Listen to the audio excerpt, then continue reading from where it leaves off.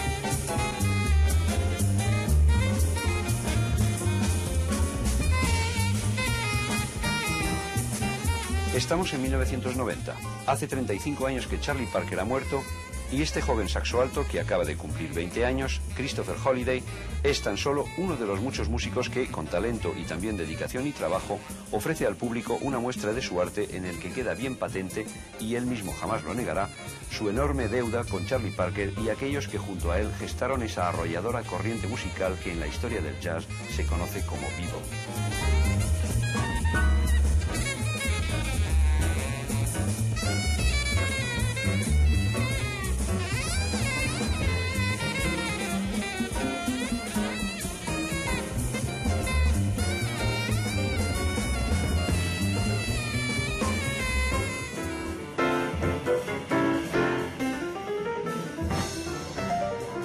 Como una violentísima reacción contra el jazz que se venía practicando hasta el inicio de los 40, en el que tanto las fórmulas armónicas como las rítmicas no habían variado prácticamente en años y parecían haberse estancado, los boppers buscaron una dirección totalmente diferente para huir de lo que para ellos era un callejón sin salida.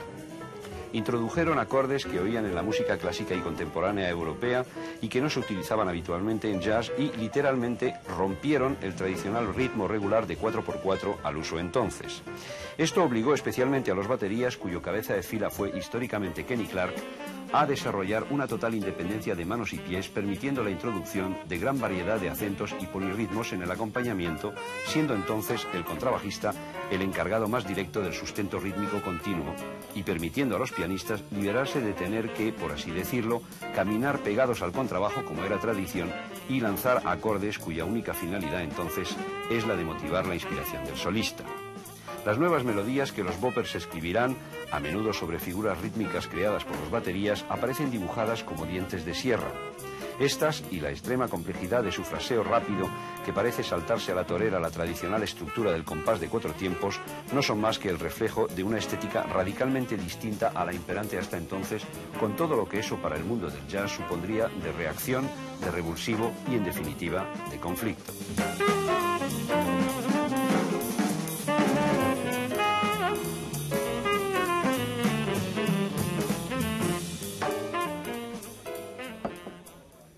Muy buenas noches y bienvenidos una vez más a Jazz Entre Amigos.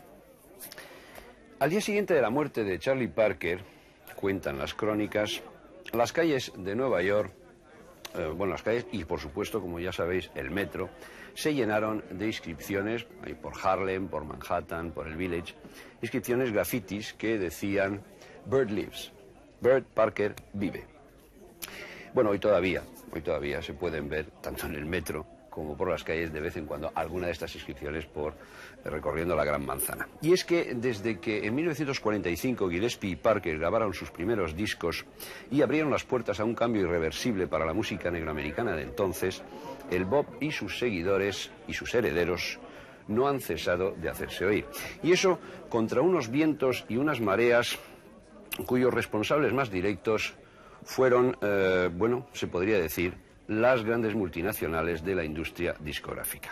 Las modas que éstas fueron lanzando en su intento de lucro para intentar aumentar el público de jazz a niveles de rock, pues lo único que pudieron crear, quizá en algún momento, fue la suficiente confusión como que para que algún iluminado dijera entonces que el jazz, léase bop, había muerto, pero nada más lejos de la realidad. De aquellos inventos consumistas de hace aproximadamente unos 20 años, pues quedan, gracias a que los practicaron algunos músicos cuyo talento y talla nadie puede negar, pues algunas cosas musicalmente válidas e interesantes, pero que en definitiva, lógicamente, no pasan de ser, como corresponde, simplemente pues una corriente más dentro de esa infinitamente variada música que es el jazz. Esto incluso se puede aplicar, diríamos, al free jazz y a la vanguardia, que son incluso más antiguos y que han convivido hasta hoy y siguen como movimientos experimentales cuyo interés nadie puede discutir. Y sin embargo, y eso sí que también es indiscutible, nada de todo lo anterior ha conseguido en los últimos 35 años hundir al bebop, que, como el mejor corcho, volvía a salir a la superficie cada vez que algún agorero se disponía a escribir su esquela. Es más, todos sabemos, todos somos testigos de lo que está ocurriendo dentro del mundo del jazz en esta última década, donde las más recientes generaciones de músicos jóvenes, deseosos, según sus propias declaraciones, de tocar una música que realmente represente un reto y que ofrezca auténticas dificultades para llegar a dominarla, bueno, pues han vuelto a tocar bop del más puro y duro, simplemente porque lo consideran como realmente la auténtica corriente principal que les permite a ellos evolucionar y hacer progresar el jazz. Muchas veces se ha descrito el bebop como una revolución. Ciertamente lo fue, pero en mi libro Maestros del Jazz de los 40 señalé que a la vez era también evolución. Hubo gente que no lo aceptó y para no reconocer algo tan claro había que ser estúpido. Sin ir más lejos, basta con fijarse en Art Tatum, Charlie Christian, Roy Eldridge, Lester Young, Jimmy Blanton, Joe Jones o Sid Catlett y se podía ver la música cambiar con ellos. Y los músicos de los que hablamos, como base del bebop, escuchaban a aquellos maestros y sacaban ideas. Así que fue un proceso de evolución.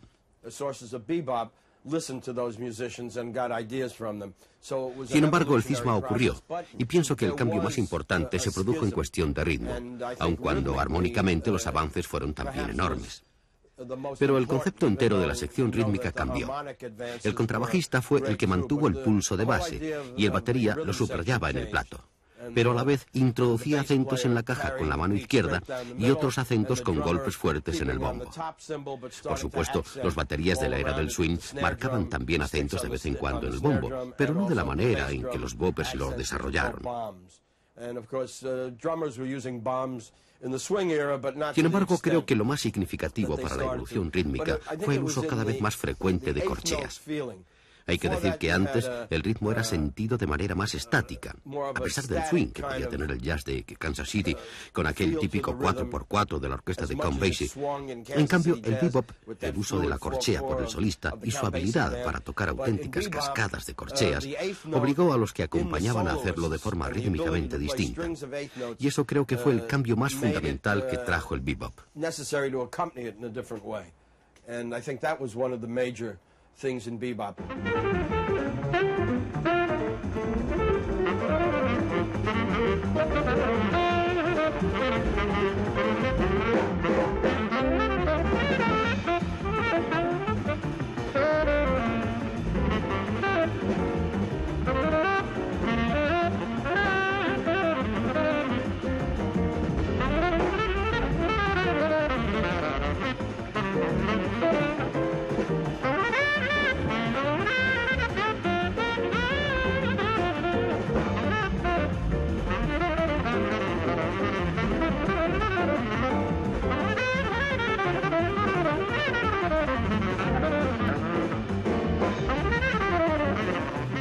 Corcheas y semicorcheas, y si me apuráis, fusas y semifusas, sobre un ritmo que parecía un fuego de artificio. Ahí estaba Johnny Griffin, uno de los que jamás abandonó esa corriente principal de la que hablábamos.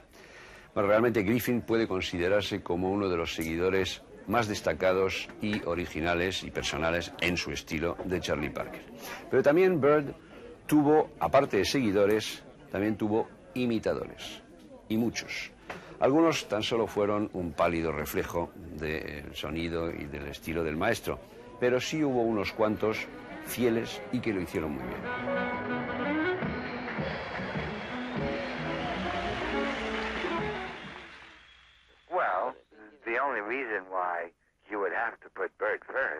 La única razón por la que hay que poner a Parker en primer lugar es porque, en mi opinión, él originó todo el movimiento.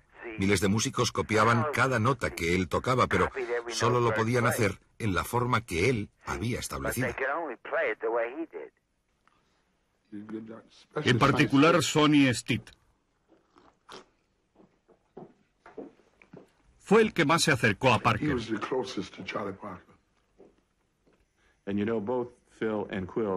Phil Woods y Jim Quill estaban muy influenciados por Bird.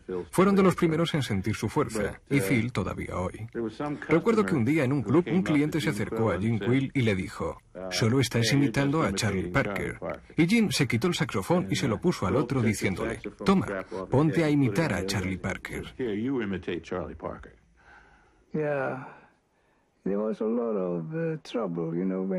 Sí, esas cosas ocurren cuando te pones a tocar la música de Bird. Recuerdo que a mí también se suponía que no podías copiar a nadie, que debías tocar en tu propio estilo.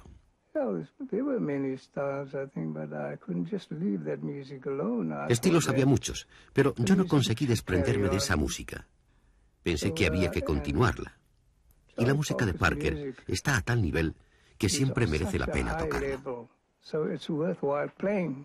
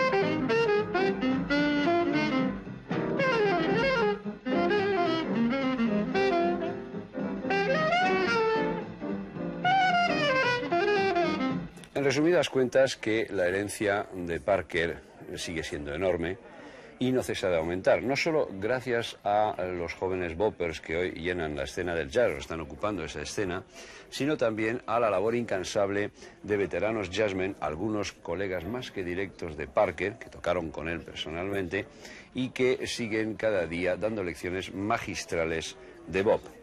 Su música que aquí rinde, bueno, la que vamos a oír ahora, que aquí rinde un homenaje a ese genial innovador, nos va a servir para ilustrar un poco más la importancia fundamental que Parker tuvo en la historia. Hecho que también intentaremos analizar brevemente con una conversación muy relajada y muy tranquila que tuvimos hace poco tiempo, recientemente, con un hombre que, como muchos de su generación, no pudo escapar a la influencia parkeriana, el saxo alto inglés Peter King. Pero primero, música.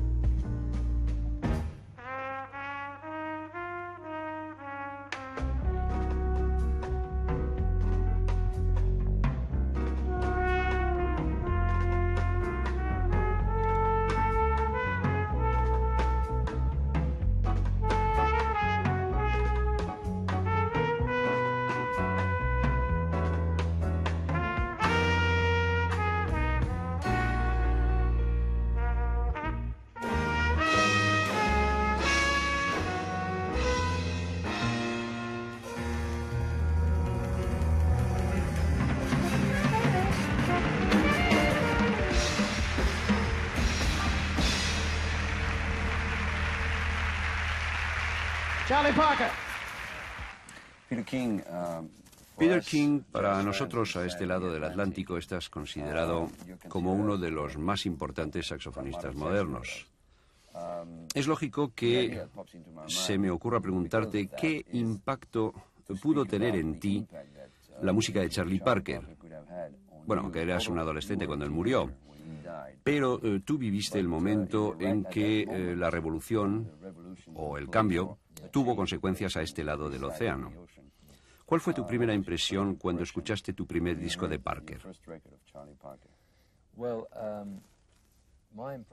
Mi impresión, en primer lugar, fue que las notas que tocaba eran correctas. En aquella época muchos músicos opinaban que él tocaba notas equivocadas y no entendían nada de lo que hacía. Yo estaba bastante preparado para ello y mi impresión general era que tocaba música muy clara y correcta, pero que lo hacía al doble de la velocidad con que se solían tocar las cosas hasta entonces. Creo que eso es lo primero que sentí. Un discurso muy rápido. Sí, pero también te ayudarían, supongo, los programas de radio o los libros. Sí, yo solía escuchar La Voz de América y había leído algunos libros. Recuerdo uno de André Oder. Había empezado tocando el clarinete en un par de orquestas de Dixieland. Que son de una gran tradición en Inglaterra. Sí, de una gran tradición. Y ciertamente fue bueno para mi desarrollo como músico. También toqué en una banda de swing cuando empezaba con el saxofón, pero entonces yo estaba en plena fase de aprender, así que no me supuso el problema de sufrir cambios traumáticos. Fue simplemente como ir avanzando. O sea, fue como una evolución natural al asimilarlo. Sí. Y no de forma violenta. En absoluto. Así que, bueno, pues te pilló en el buen momento y entraste en el juego. Pero supongo que debió ser traumático para otros de tus colegas que estaban a tu alrededor y que tenían que tomar algún tipo de decisión. Efectivamente, sí.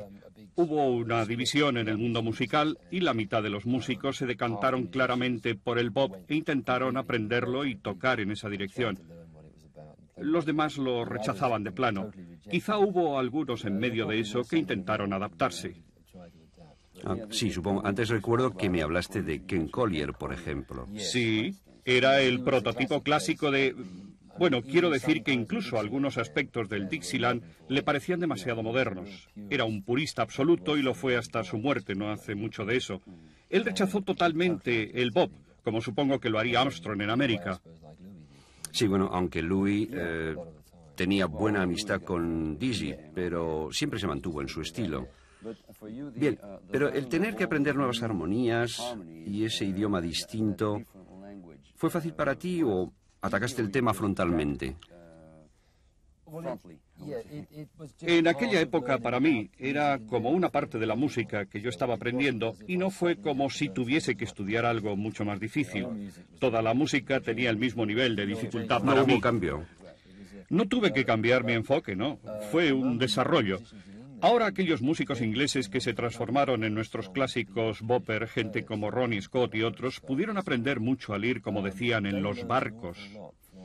En los viajes transatlánticos, que iban a Nueva York, contrataban orquestas. Hacían la travesía y tenían 2 días de descanso en Nueva York. Y así podían ir al Berland y escuchar la música en directo.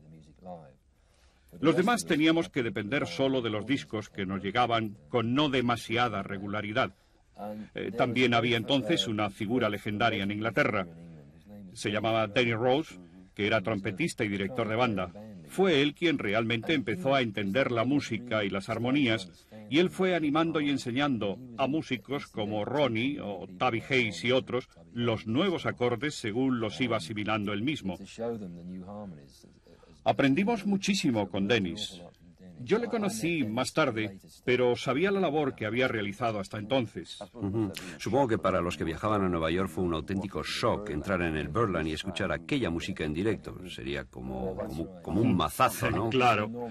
Ahí estaba la diferencia entre lo que sonaba en los discos y lo que oías en directo en un Por club. supuesto, podías oír un tema durante 15 minutos. No creas. Billy Shark, un gran pianista que fue a Nueva York varias veces, ha contado que cuando escuchaba a Parker en directo, este nunca hacía largos solos en cada tema. eran más bien cortos por lo general. Quizá por la costumbre de grabar discos. Sí, puede ser, pero podía decir mucho en tan solo 2 o 3 coros. Bill siempre le oyó tocar temas cortos.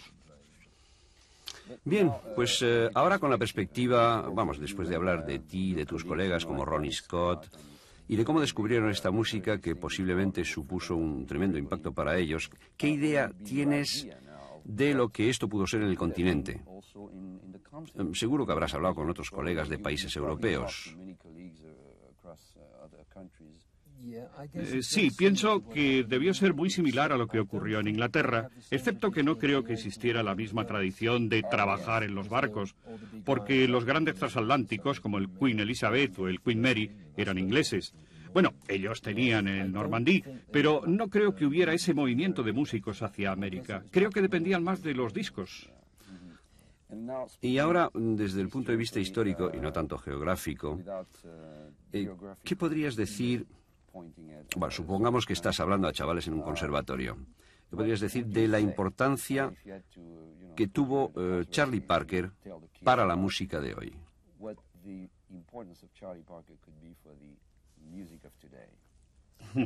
Ha influido en tanta música. Yo diría incluso que ha influido en toda la música que ha surgido desde entonces. Incluso en rock se escuchan cosas que Berg creó, aunque no lo parezca. Lo más importante para mí fueron sus desarrollos rítmicos, aunque también armónicamente su aportación es muy interesante. No olvidemos que la mayoría de las armonías utilizadas en pop no eran nuevas. Provenían sobre todo de la música impresionista francesa.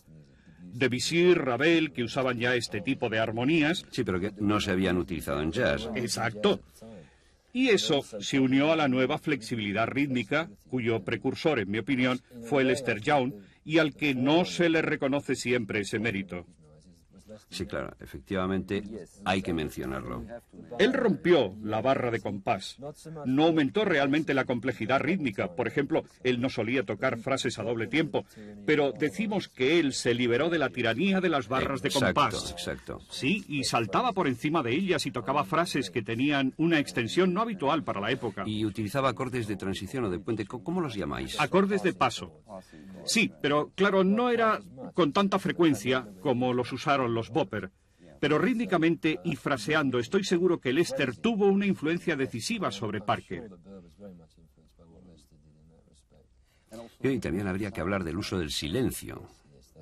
Por supuesto. Que fue muy importante, porque antes parecía como si los músicos quisieran rellenar todo con notas, y tengo entendido que Parker empezó a introducir más espacio entre frases para luego iniciar la siguiente con increíble velocidad. Bueno, algo que creo que la gente está todavía intentando aprender es el arte que tenía Parker y gente como Miles, que en eso es un auténtico maestro, para utilizar el silencio. Tal y como lo veo.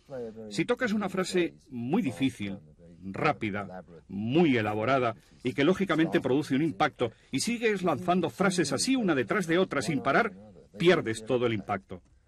Y lo maravilloso de Parker en esto es que tocaba una frase fantástica y la dejaba ahí, callándose durante un par de compases para dar tiempo a que el impacto de la frase surtiera efecto con todo el sentido dramático que deseaba darle. Es como los buenos cómicos que saben medir. Eso, y dicen algo divertido y luego se paran para que la gente pueda asimilar el chiste y reírse. Exacto. Y sigo pensando que es algo que hoy, con todos los desarrollos técnicos que han surgido, todavía la gente tiene que aprender. Una de las cosas que se ven con menos frecuencia es la habilidad para tocar algo y saber cuándo callarse y así crear el efecto deseado. Así que Parker obligó a los músicos a transformarse en técnicos impecables, maestros de sus instrumentos, a utilizar acordes que no se usaban entonces, a tener una mentalidad rítmica bien distinta del clásico 4x4 y ese uso mágico del silencio. O sea, luego se coge todo eso, se mezcla y se agita bien y se sirve. Pero claro, no es fácil de tragar, pienso yo. Desde luego que no. Pero quisiera apuntar que había ya grandes técnicos como Coleman Hawkins o Johnny Hodges que eran indiscutibles maestros del saxofón. Creo que deberíamos hablar de técnica diferente. Por ejemplo, Cuando Hawkins tocaba notas rápidas, eran normalmente en arpegios. En cambio, Parker, a esa velocidad, tocaba melodías. Tocaba cosas comprimidas en menos espacio, por así decirlo, y terminaba con un silencio. Era como si cada nota fuese una nota importante en la estructura del tema. No era un elemento decorativo como solía serlo con músicos anteriores a él, que cuando tocaban rápido lo hacían como un efecto de adorno. Sí, bueno, claro, con él cada nota tenía sentido. Sí, exacto, sentido rítmico y sentido estructural. Bien, finalmente yo citaría la frase Bird vive. Eso dicen. Sin duda. Bueno, lo dices tú también. Por supuesto. Hoy, en 1991. Y sigue viviendo. Incluso la gente que no conoce a Parker no podrá evitar su influencia por toda la música que ha generado desde entonces. Bueno, y tenemos a los jóvenes de hoy, toda esta nueva generación que en Estados Unidos está recuperando, bueno, no digo a Parker, sino lo que constituye su herencia. Por supuesto. El problema que tenían en América, y que ya va remitiendo, es que los jóvenes no habían aprovechado toda la herencia que tenían hasta hace poco, y parece que se van percatando de ello ahora. La familia Marsalis, por ejemplo, está ayudando mucho en esa dirección. Y hay que hacerlo porque opino que hemos llegado a un punto en el que el jazz debería ser enseñado como lo es la música clásica. Su historia y herencia ya son suficientes como para que pase a ser parte de la cultura universal por derecho propio. Esa es la frase, y me gustaría terminar con ella. El jazz debería ser, bueno, pienso que para mucha gente ya lo es, pero necesario extender el concepto, debería ser parte de la herencia cultural universal. Exacto. Bien, toda esta conversación ha sido muy útil, nos has explicado las cosas muy claramente, pero no olvidemos que eres músico y normalmente te sentirás más a tus anchas demostrando las cosas con tu querido y viejo saxo alto. Por eso quisiera pedirte que para nosotros nos dieras quizá una breve ilustración musical con un tema conocido de cómo lo tocaban antes, la manera clásica tradicional, y cómo Parker lo cambió. O sea, bueno, cómo lo tocaba o cómo lo estáis haciendo vosotros ahora, es decir, pues gracias a él.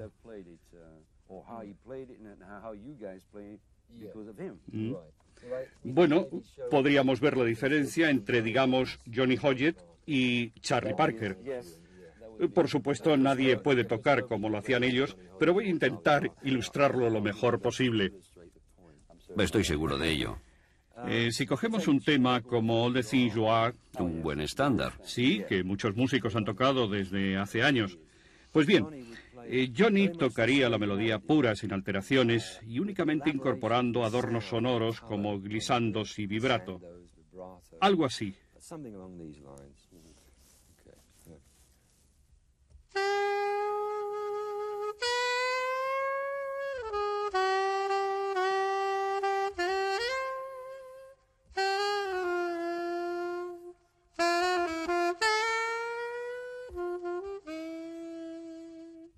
Más o menos. Sí, con esas notas curvadas. Efectivamente, glissandos y vibrato. Parker, en cambio, le daría un enfoque muy distinto. A menudo tocaba solo fragmentos de la melodía original, sugiriéndola, y solía intercalar su propio acompañamiento como si él fuera dos músicos. Otra cosa que hacía con ese tema era añadir una introducción cuya melodía tocaré. Quizás sería útil mostrar los acordes en el piano.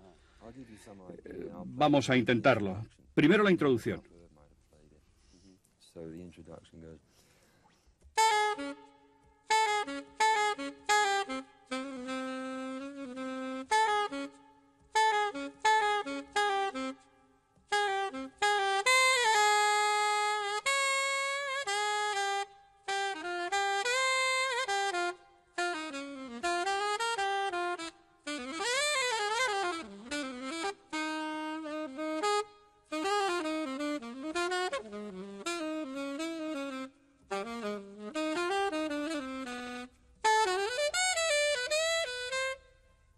Algo así. Sí, parecía como si se pusiera a improvisar directamente. Exacto. Pero la melodía aparece aquí y allá. Digamos que Parker enfocaba las baladas desde dos ángulos distintos. A veces tocaba mucho la melodía original. Por ejemplo, cuando interpretaba Laura, mantenía intacta la línea melódica. Y luego el otro ejemplo puede ser en Brassable You, donde no tocaba nada de la melodía. Empezaba a improvisar inmediatamente sobre las armonías del tema. Fue el iniciador de este procedimiento. Eso es, creaba una melodía totalmente nueva sobre los acordes. Y no olvidemos ese fuerte sabor a blues que me contaste o que me comentaste. Es cierto. Creo que es muy importante señalar que aunque su música rebosaba de ritmos y acordes complicados, siempre incluía fuertes elementos de blues con sabor a terruño. Y a menudo Parker acababa una frase muy rápida con otra muy sencilla y muy blues, y luego dejaba ese silencio del que hablábamos antes. Bien, pues ha sido muy interesante y te agradezco mucho estos ejemplos musicales. Demos especialmente las gracias a Charlie Parker y a Johnny Hodges. Su recuerdo permanece vivo. Sí, pues eso. Gracias de nuevo, Peter King, y mucha suerte. Gracias a vosotros.